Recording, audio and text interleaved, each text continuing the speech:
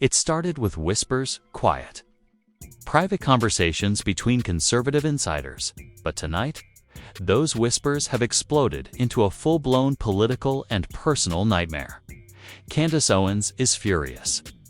Like career-ending, bridge-burning, this changes everything furious. Because, according to a shocking new leak that dropped earlier today, Charlie Kirk's widow, Erica Kirk, may have been hiding something from both the public and Charlie himself, and Candace has finally decided she's had enough of keeping quiet. It all began when a segment from BPC Media's late-night broadcast mysteriously leaked online, a segment that was reportedly cut from their original airing. In it, a guest claimed that certain high-ranking conservative figures had been working against their own for months, and that one of them was married to a man who never saw it coming. Viewers instantly connected the dots. Within minutes, Erica Kirk's name was trending, and Candace Owens, usually composed, articulate, and measured, went live on Instagram in a raw, unfiltered rant that's already being called her meltdown of the decade. She didn't hold back. If you think loyalty means smiling in front of cameras while stabbing people in the back behind the scenes, she said, voice trembling with rage, then you've never met real loyalty, and you've definitely never met me. Owens went on to accuse unnamed political widows of rewriting history, profiting off legacies, and turning personal tragedy into brand strategy. She never mentioned Erica by name. She didn't have to. Within minutes, the entire comment section filled with fire emojis, question marks, and the same phrase over and over again. She's talking about Erica. And if the rumors behind that BPC leak are true, if even half of what's being alleged actually happened behind closed doors, then Candace Owens' fury isn't just about betrayal, it's about exposure. Because for the first time since Charlie Kirk's death, people are starting to ask the one question that could destroy reputations, friendships, and entire media empires overnight. What did Erica Kirk really do, and why is Candace Owens so afraid? We'll find out. For weeks, tensions between Candace Owens and Erica Kirk have been quietly building, unseen by the public, but whispered about by insiders, staffers, and conservative commentators behind the scenes. What looked like polite smiles at conferences and red carpets was, according to those close to them, ice-cold warfare under the surface to the outside world. These two women were supposed to be allies. Both were pillars of the conservative influencer world. Both stood beside Charlie Kirk, the late Turning Point USA founder, during his meteoric rise. Both represented the new generation of faith-driven media personalities shaping the right's digital identity. But once Charlie was gone, everything changed. Candace, who had always been outspoken and fiercely loyal to those she called friends, began pulling back. Her usual praise for Turning Point events disappeared from her feeds.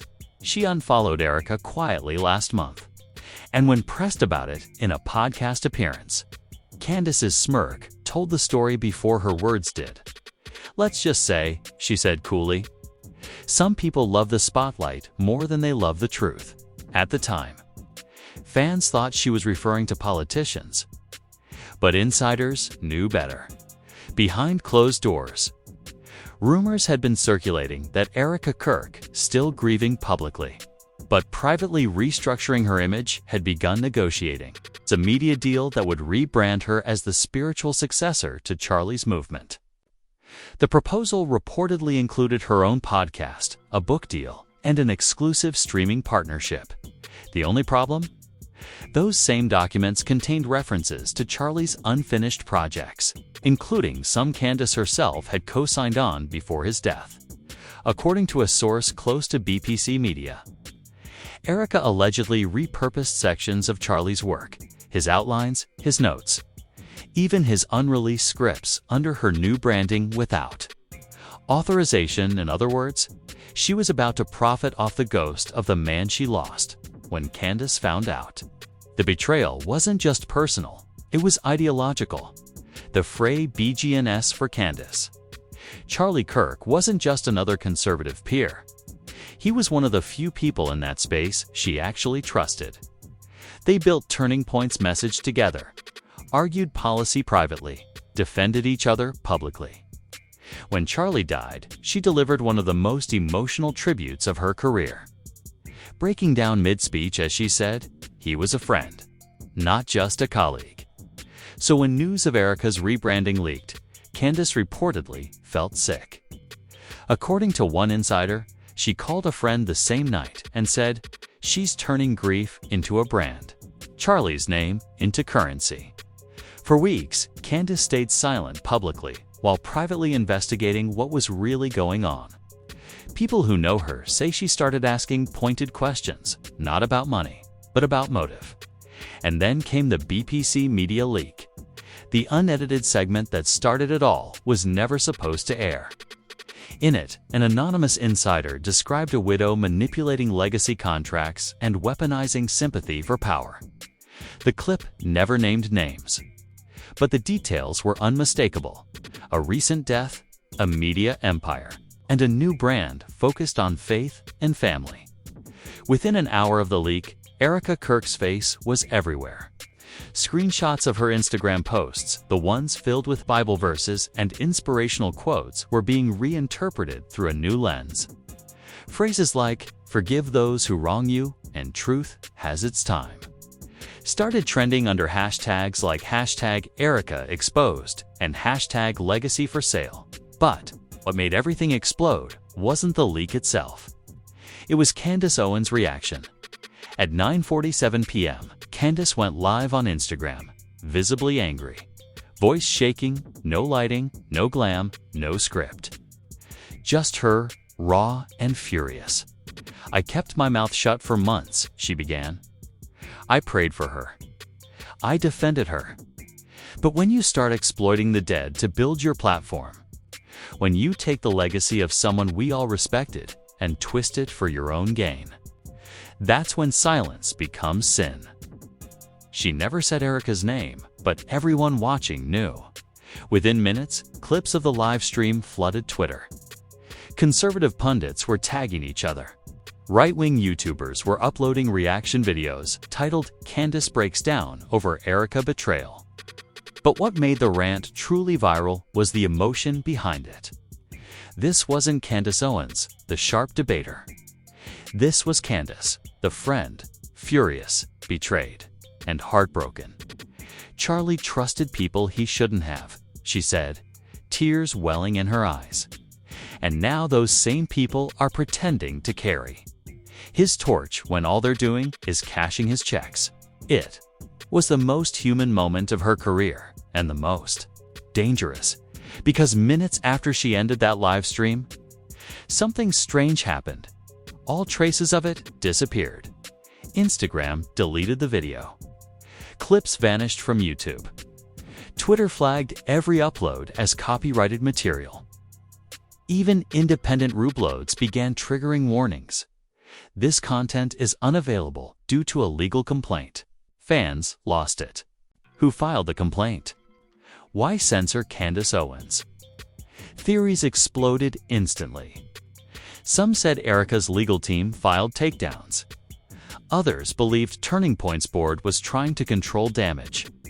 But the most alarming theory came from a BPC media employee who posted anonymously on Reddit. The clip wasn't deleted. It was intercepted. Someone inside the network took it down before the system could even flag it. Interception, not removal, if true. That meant someone was monitoring Candace's account in real time.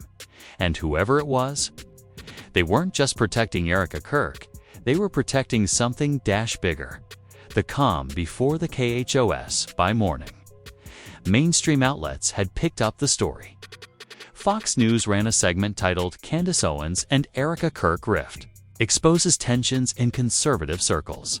Erica's representatives released a vague statement insisting she had nothing but respect for Charlie's legacy and calling Candace's live stream unfortunate and emotional. But what, Erica? didn't do was deny the allegations. She didn't deny the deals, the rebranding, or the use of Charlie's intellectual property. And that silence spoke volumes.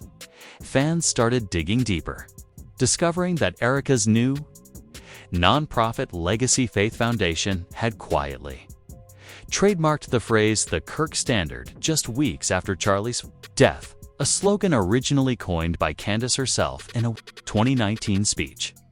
That discovery made Candace's fury make sense.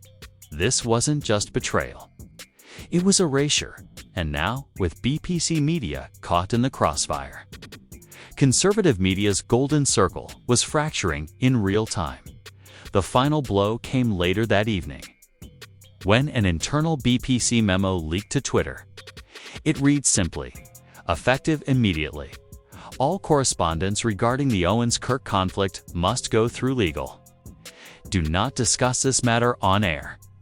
The internet interpreted that as confirmation. Something was happening behind the scenes. Something big.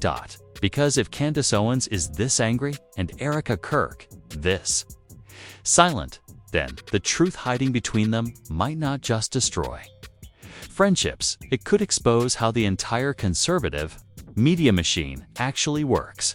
And if the rumors about what Charlie knew before his death are true, Candace's rage might not just be emotional, it might be protective. Not just be emotional, it might be protective. The morning after Candace Owens' viral meltdown, conservative media wasn't just on fire, it was an open civil war. Every major network, podcast, and YouTube channel had picked a side. Headlines screamed across the internet: Candace versus Erica, the conservative Cold War. Owens declares war on Kirk legacy, faith, or fraud. The truth behind Erica's silence. It was chaos, and for the first time, the curtain around the unified front of right-wing influencers had been ripped away.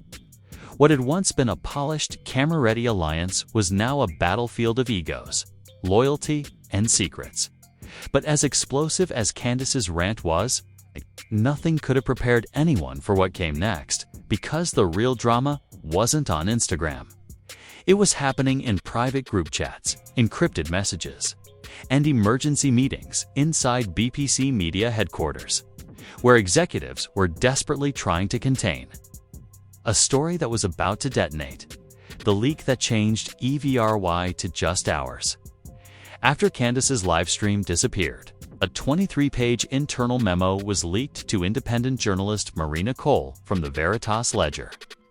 The document marked confidential internal strategy, outlined the launch plan for Erica's new media brand, the Kirk Legacy Initiative.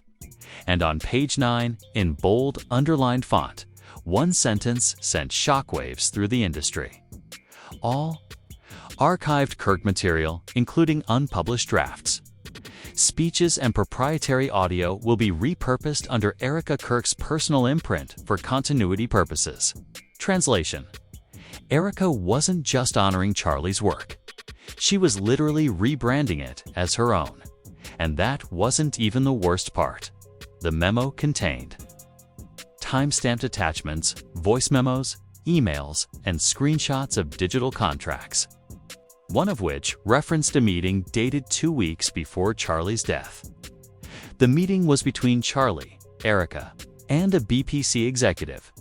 Its title: Reallocation of Media Rights Post-Transition Phase. Nobody knew what post-transition meant, but to Candace and her followers, it looked like premeditation. The message Candace wasn't supposed to see, according to Marina Cole. Candace Owens wasn't supposed to see that memo. But a whistleblower inside BPC forwarded her a partial copy late that night, and her reaction, according to those close to her, was nuclear. She called her assistant in the middle of the night and reportedly said, "They're rewriting history. They're stealing his words, his legacy, and she's letting them." By dawn, Candace had sent a private text to a handful of high-profile conservative allies, one of which was immediately leaked to page 6. "I have the receipts. They made him sign things while he was sick. I will not let them bury him again." That single sentence broke the internet. Because, for the first time, someone had publicly suggested that Charlie Kirk's death wasn't as straightforward as it seemed. The backroom CIOLLPSAs, the story spiraled. The BPC media office turned into a war zone. Insiders described panicked meetings, phone lines burning up, executives shouting at one another about containment. One producer, speaking anonymously, said, "Everyone's terrified. It's not just about Erica, it's about who helped her.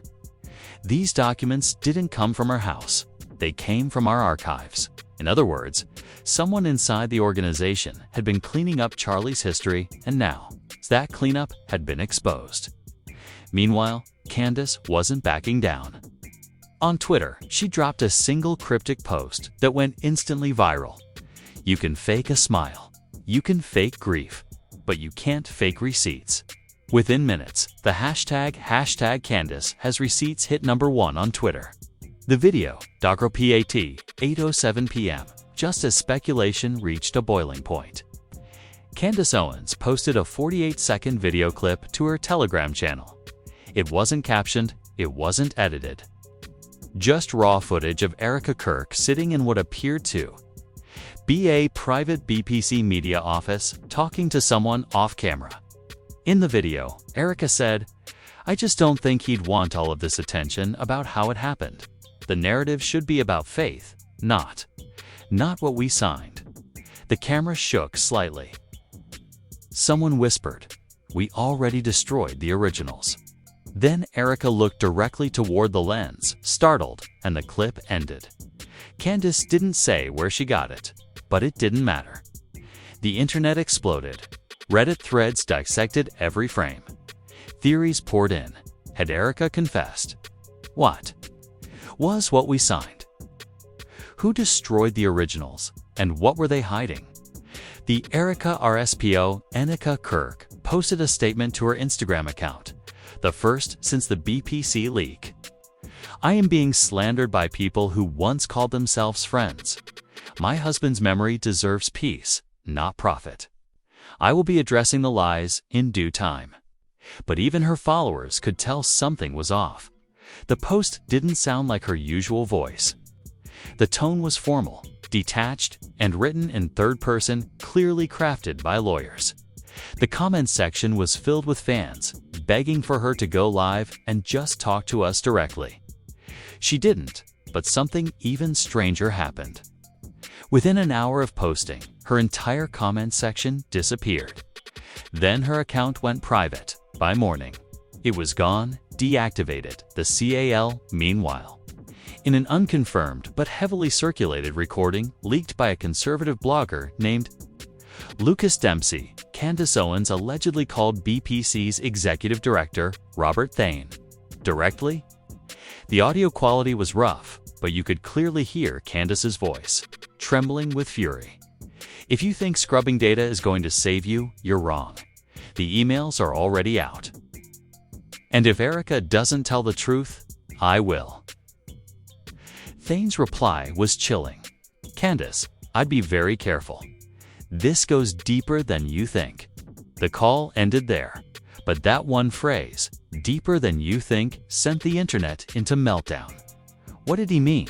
Was there more to Charlie's death than anyone knew? And what could possibly be deeper than a widow rewriting her husband's legacy? The first twist, the unaud, late that night. Another bombshell hit. An anonymous former assistant of Erica Kirk's went on record with journalist Marina Cole. According to the assistant, Erica kept a small lockbox in her office labeled C-Phenol. Inside, she claimed, was a handwritten note from Charlie, written days before his death. The assistant described it as a warning and a goodbye. The contents of the note, as quoted in the Veritas Ledger, read, "If anything happens to me, the truth isn't in the files. It's in the contract. And if you're reading this, they already changed it." The assistant went on to say that Erica refused to turn the note over to police, claiming it was personal. That single revelation turned speculation into accusation. Candace immediately went live again, this time calmer, but dead serious. "You see, he tried to warn us. He knew. He wrote it down. And now the same people who claim to honor him are deleting his name from his own legacy. She paused, holding back tears. Erica, I don't know who's controlling you anymore, but if you still have that note, you owe it to Charlie and to all of us to release it. The live stream cut off mid-sentence. Her feed glitched, froze, and went black. When it came back, the video was gone, deleted again. That's when even Candace's supporters began to realize whatever was happening here wasn't just a feud between two women. This was a cover-up, one powerful enough to silence entire broadcasts, wipe digital traces, and turn truth into a disappearing act. And if Charlie Kirk really left behind that mysterious note warning about the contract, then whoever had it now wasn't just controlling a narrative, they were controlling history itself. The next morning, before the sun even rose over Washington, the internet looked like a digital crime scene. Screenshots, leaked files, audio fragments. And rumors were spreading so fast that even Twitter's trending algorithms couldn't keep up. Hashtag the contract, hashtag Charlie Kirk note, and hashtag Candace vs. Erica all trended simultaneously, each feeding into the other like wildfire. Every podcast, every news outlet. Every influencer was talking about one thing. What was in that contract hand? What did Erica Kirk know about it that made her stay silent? For the first few hours, it was pure speculation. People guessed that.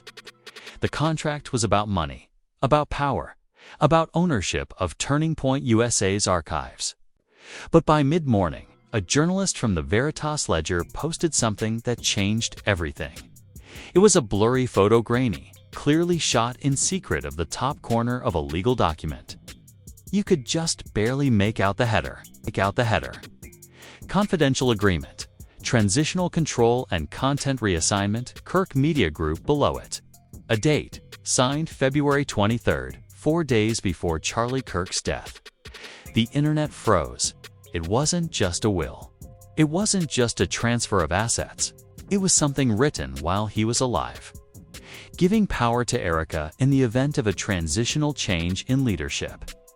Fans and critics alike realize what that meant. Charlie had signed away his life's work just before he died, and Erica had been holding the only surviving copy by noon. BPC Media's headquarters were surrounded by reporters. Cameras zoomed in on every face that entered the building, hoping to catch a glimpse of Erica, but she was nowhere to be seen. Her publicist stopped answering calls. Her closest friends claimed they hadn't spoken to her in days. One of them posted a cryptic tweet before deleting it 10 minutes later. She's not in hiding. She's being kept quiet. That single tweet sent conspiracy forums into overdrive. Some said she'd fled the country. Others said she'd been placed under protective supervision. But the most chilling theory came from a Turning Point staffer who leaked a voice note from inside the office. They're scrubbing the drives. Everything, mails, speeches, recordings. Charlie's voice files are gone. Gone. Every trace of his last projects. Interviews, drafts deleted within hours. When Candace Owens heard, she went live again, this time streaming from what looked like her home office. No makeup, no filter, just raw anger. They're trying to bury him twice, she said, her voice shaking. And you know what? They can't, because I have the backup. The stream cut there. For 3 agonizing minutes, viewers stared at a frozen screen.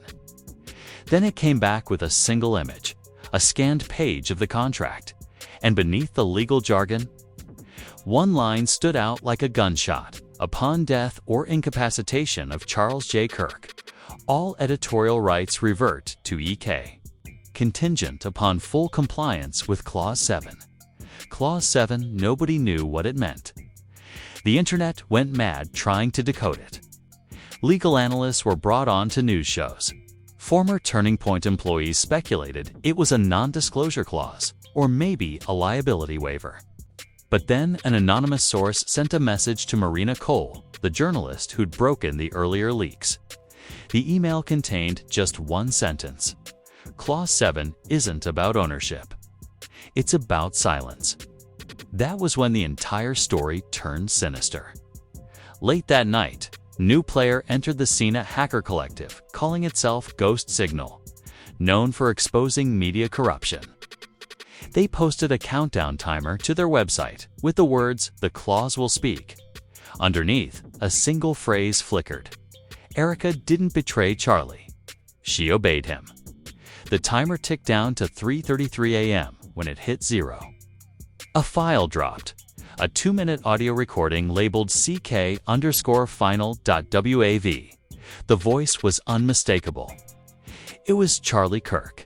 His tone was strained, his breathing labored, but his words were crystal clear. If this reaches you, then they already know. Erica, you have to protect what's left. Clause 7 is for them, not for you. Don't let them rewrite the mission. Don't let them own the message. He coughed, exhaled slowly.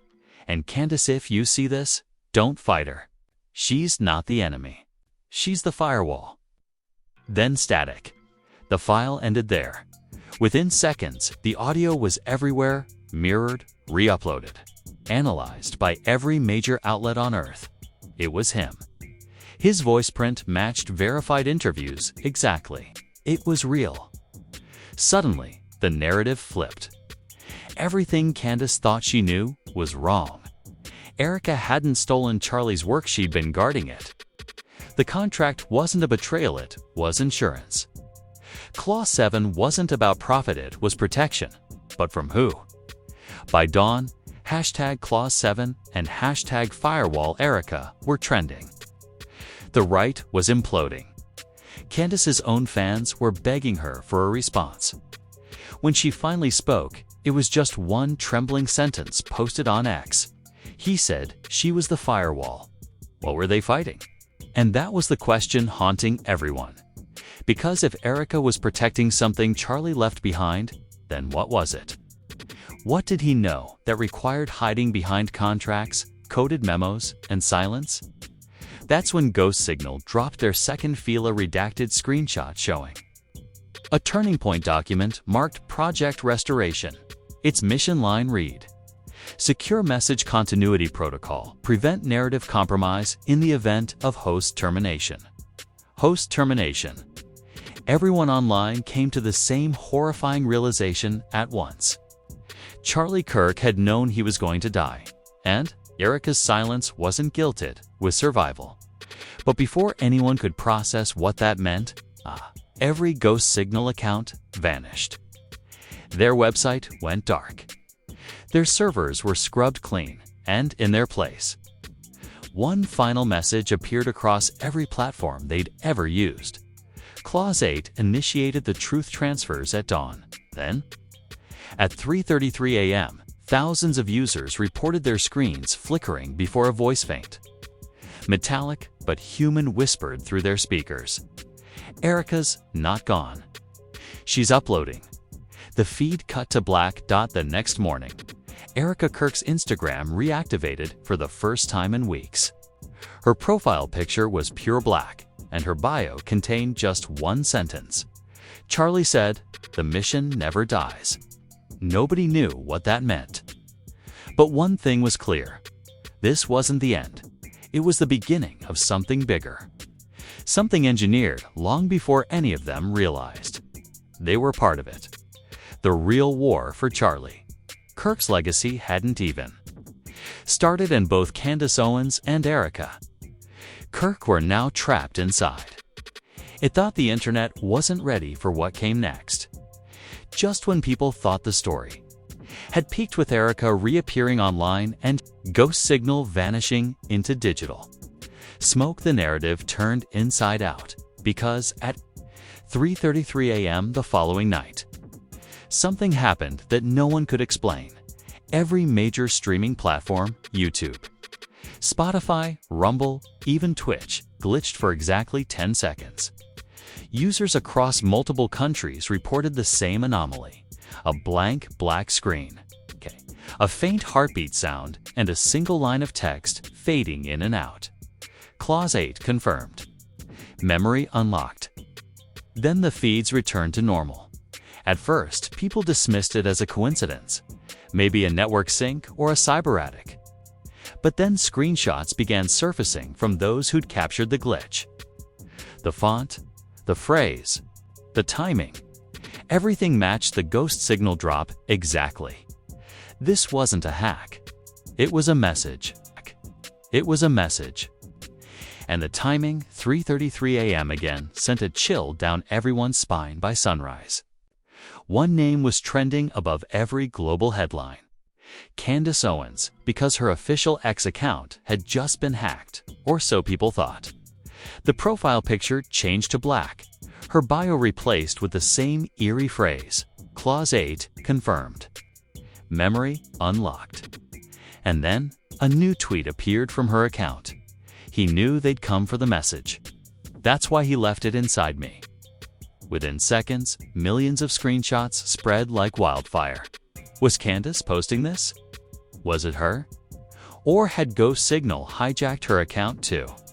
Before anyone could react, her account deactivated. And that's when Kirk went live. For the first time since Charlie's death. Since the leaks, since the accusations, she appeared in real time. No filters. No handlers. No script. She looked pale, exhausted, but calm. Behind her, a dark curtain rippled faintly. Like wind was moving through the room. I know you've heard the lies. She began softly. I know you've seen the leaks. But the truth was never mine to give. Charlie built something. Something too big for one life to carry. Her voice shook slightly, but she didn't stop. Clause 7 wasn't protection for me. It was protection from me. He made me forget. And now the feed glitched. Her face distorted for a fraction of a second. Now it's coming back. The live chat went insane. Thousands of viewers flooded the comments, spamming theories, prayers, panic. Some said her pupils were dilating in real time. Others swore her reflection in the glass behind her wasn't matching her movements. Then, her eyes locked onto the camera. They said Candace found the note, she whispered. But she didn't find all of it. The rest is static. The feed cut to black. Seconds later, the live counter reset to 0 when the broadcast page refreshed. The title had changed to Project Restoration Complete. And then the most terrifying thing of all happened. Every archived video of Charlie Kirk, his speeches, interviews, sermons began showing subtle changes. Words replaced. Phrases shifted. Entire sentences missing. His once booming voice now sounded fractionally off. Viewers noticed immediately in one of his most famous interviews, where he originally said, "The truth never dies. It multiplies." The line now played as, "The mission never dies. It continues." Subtle, controlled, artificial, someone or something was rewriting Charlie's legacy in real time as news outlets scrambled to make sense of it. Cybersecurity experts discovered something horrifying in the metadata of the altered videos. Each modified file contained the same embedded code tag. Phoenix restored the same signature Ghost Signal had used. By midnight, hundreds of media archives had been altered. And then, at exactly 3:33 a.m., every device that had streamed Erica's final broadcast flickered one last time. For a brief moment, viewers saw a split-screen image, Erica on the left, Candace on the right, both facing each other, both whispering something no one could fully hear. Then a new voice, calm, mechanical, almost familiar, echoed through the feed. The firewall held. The mission continues. The screens faded to black dot and underneath, white letters appeared. Phase 9, The Awakening. Then silence. Candace Owens hasn't posted since. Kirk's account vanished again. BPC Media issued a single statement claiming their systems were compromised by an external actor. But for millions of viewers who witnessed it live, one haunting detail won't go away. Right before the screen went dark, both women's lips moved in sync, whispering the same final words. He's still here. Was Charlie Kirk's death really the end? Or was it the beginning of his next message? Nobody knows. But every night, exactly at 3:33 a.m., a faint heartbeat sound still echoes across random live streams. The same pulse heard in the ghost signal. Drops. Some call it interference. Others say it's the claws reactivating. Either way, one thing is certain, this isn't over. Because as the final broadcast reminded the world in perfect, ghostly synchronization, the mission never dies. Never dies.